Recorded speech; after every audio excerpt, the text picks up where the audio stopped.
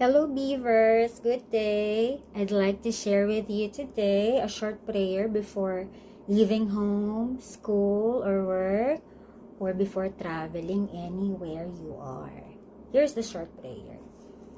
Dear God, thank you for waking me up today. Bless my or our travel today. I pray that Saint Michael the Archangel will defend me in battles, be my protection against the wickedness and against the snares of the devil. In the mighty name of Jesus Christ of Nazareth, in the mighty name of Jesus Christ of Nazareth. Amen.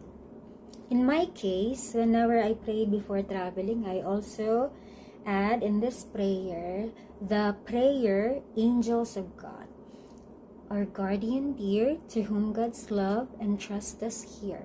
Ever this day be at our side, to light and guard, to rule and guide. Amen. So why angels of God? Of course, we also need to pray for the driver and the other passengers. Thank you, Beavers. Have a blessed day. Bye.